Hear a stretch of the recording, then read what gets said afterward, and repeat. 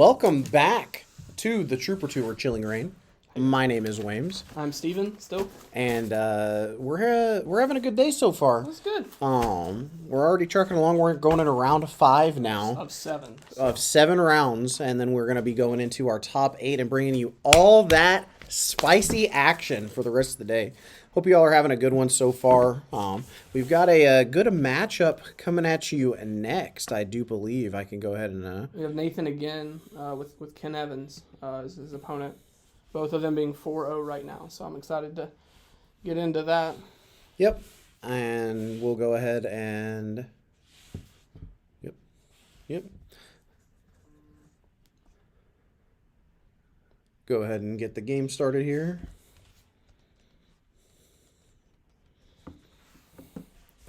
So looks like Nathan has already started with his basic.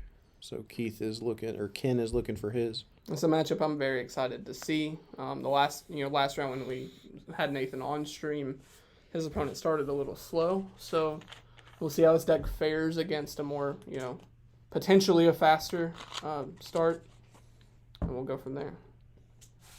Looks like I saw Ken lay down Gengar Mimikyu here. Gengar Mimikyu is something else, let me tell you.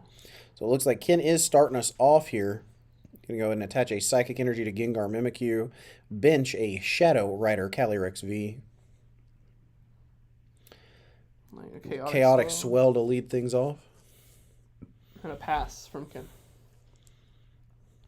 All right. So really on Ken's first turn, we're wanting to see much more Shadow Riders, right? Because the goal would be it would be fine. This is definitely more than acceptable, especially with Amarni here, right? Yeah. Well, given just the current state of the game, there's not a whole lot. If you're not denying or Crobatting immediately, like you're usually not doing too much for your first turn. So getting a couple basics down, especially one that you need to evolve, is more than fine for a first turn when you're forced to go first. We got LucMetal here with his tag call. Yep. Interesting that there's not something else that you want to grab here. Is he discarding his hand, potentially? I don't think he plays Research, right? We have a Cynthia Caitlin in his hand. Yeah, because normally you would want to just grab something else for card economy because it does come down a lot of times, like we talked about. Malilana just eats through those resources. Looks like he laid that LucMetal and passed here, and we have Ken with a Fog Crystal. Yeah, see, this is another one of the issues with Lucario Melmetal. When you're just actually passing and not using Zacian's Intrepid Sword ability, it feels real bad. Did he value leaving Pokédoll up here? Over Intrepid or over using the ability, or you can do both. So I'm not sure actually. I thought that he started with Zamazenta because I don't know why you would pass and not draw cards. Unless I'm missing something. Because he definitely did not draw 3 at the end of his turn. So I'm not sure exactly what happened there. Because there's nothing that would shut it off or anything in play. Looks like it's going to attach a second energy here. Yeah, so we should see a Poltergeist coming out. Now Nathan reveals his hand for that? He does, unless there's also another chance that we're actually going to see a Horror House GX. Because what that's going to do, and it looks like we may be heading there, especially if we can get another Calyrex into play. And there's another Calyrex, so we may see the Horror House instead, because that basically just gives you a free turn to go ahead and set up these Calyrider. So that is what happens. So Nathan draws to 8, and he literally cannot play cards from his hand this turn. So now we Intrepid Sword. I think that was just a mistake on Nathan's part before of not drawing the 3. It could have also been a conscious decision, actually, to try and play around Poltergeist. Because if you hit like 3 and then it just gets boss orders immediately, like on the Zacian V, that may be something that Nathan was trying to play around. But I don't think that you had a dead hand of 4 cards, so I don't really think you can afford to play around it. Get the extra cards anyway. At least in my experience, that's what I would do. But obviously, and there's a lot of play and a lot of nuance to these type of things. So we have a Shadow Rider VMAX here. Yep, yeah, we do see that VMAX coming out because basically you just get a free turn with that Horror House GX, and it's made sure that Nathan's hand is loaded full of goodies, and I would almost in any situation, if I'm staring down 8 cards in a LucMetal deck, there are going to be quite a few trainers there. So we are going to find another Shadow Rider. No, we haven't seen a supporter, right, from Ken. We have not. So is the goal here then to try to get off a big attack to hit one of these first? Or? I think what you would want to see is in a perfect world, it's boss's orders on that, Zacian, so that you can try and kill it.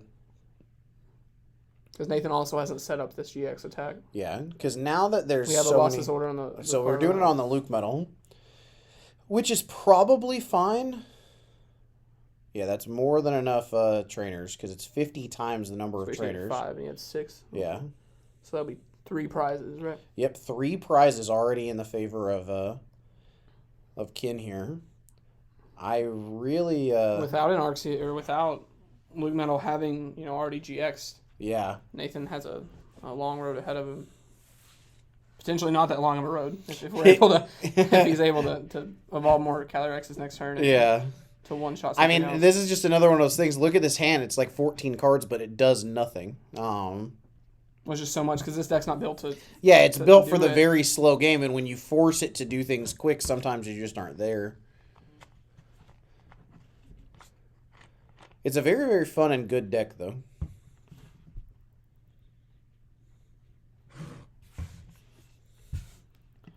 We have Nathan here. All right, perfect. So we've got an air balloon coming down onto the Gengar Mimikyu.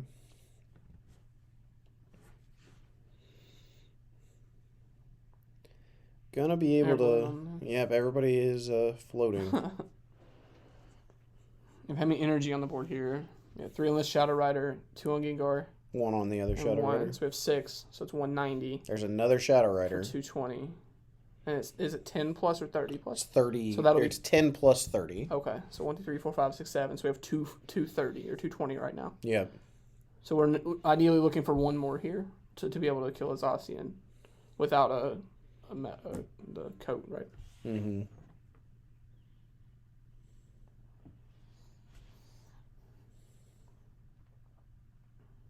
Now, is that his plan now that Nathan's been able to play out his hand some? Or do you see him...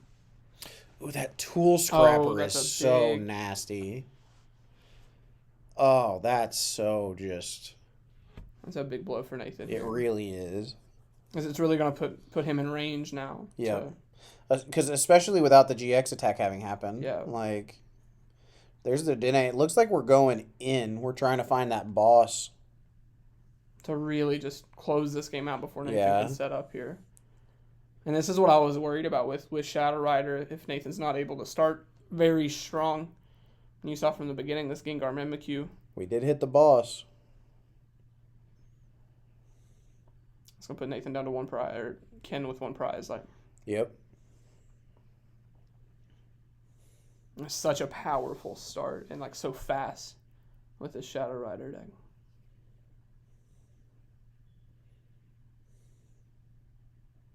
And there's the manual. Yeah.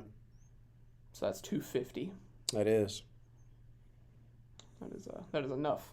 That is. That is enough to 250 is, in fact, in case anyone was wondering, enough. And Nathan, because this deck's not built this way, he doesn't have this. You don't have this recovery. There's no healing. He just showed hand because he. Okay. So Nathan's gonna draw for turn. Attach a metal. Tool Scrapper on the balloons.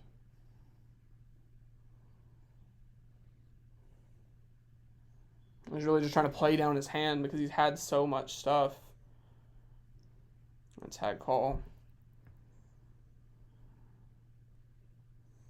But that's the thing, the difference between Shadow Rider versus Ice Rider is all of these energies are already on the board now. Yeah. So it's just going to keep hitting harder if you're not able to knock those out. Yep. So now Ken's just trying to find another boss's orders in theory.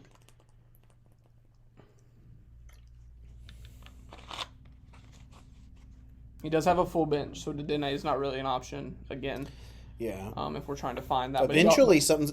But when you're at a 1 prize to 6 prize scenario, Like, It's just hard. Eventually one of these spots is going to be open. Like, I'll find it eventually. Like, and like with him drawing extra cards with Shadow Rider, I think that like yeah. we have an energy. I saw an energy in Ken's hand there. Yep. So he's got the ability to at least draw 3 more cards next turn. We have a Metal Saucer. So we'll see an attack here, potentially. Or is he just No, we are going to because Intrepid he would Sword. just be dead to it. Yep. Make him have it. Drawing. The problem is you're never not dead to it. Yeah. He drew the boss's orders there. Oh, there you go. So that'll Just 3 consecutive bosses. That'll do it. So Ken will take this one and move on to 5-0 pretty quickly against Nathan. Pretty decisive victory there, yeah. Let's go back to the booth here. But yeah, pretty decisive victory there. Nathan was just never able to get his footing. Like we talked about, this deck plays a very slow game, like a very heal. We saw it last round where he was able to take the 120 and then heal and keep that advantage. But there was no room for that in this game. Yeah, and especially and I'm not sure there at the beginning if that was just a mistake. I mean, trust me, mistakes happen. Like, not to diss on anybody for making a mistake. Like, it may have been a conscious decision to try and play around Poltergeist, but you had a dead hand, so I think it was just a mistake. Maybe that changes the game a little bit, but I don't think so because the horror house happened immediately afterward anyway. That was much more, and like I said, I'm still trying to get all these cards. Like, I know Gengar Mimikyu, and I've seen that effect before, but seeing it with Shadow Rider, it is insane. To give yourself the turn to evolve your guys and keep going is so much stronger. Yeah, because like you have that first turn, right? You have a Gengar and you put like 1 down. Then you have that next turn where you just dump a bunch of them and Horror House, and your opponent looks at you, draws, passes, and then you just dump all your Shadow Riders, and you basically just get this jump start on the game. Which is particularly stronger against this Lucario deck, right? Because it's not built to have these big turns where you're denying and you're just shoving it all through. Yeah. He had 12 cards in his hand and couldn't do anything. Yeah. Because he's wanting to build and then get hit and heal, and it's just not. It's very down from the start. So I'm very impressed with Gengar there. And then just the ability for, you're hitting for 270 that turn. He had the ability to go up to 300. I'm very impressed. So we'll definitely. He's 5-0. Nathan's still alive. For sure. 4-1. It's very strong. And he was 4-0 before this, so both are still alive for top 8. So we're gonna cut back to this, take a break, and we should be back for round 6 very soon. And then we'll be getting close to top 8. Sounds good. I will catch in with you guys later, and we'll see you guys soon. Thank you guys.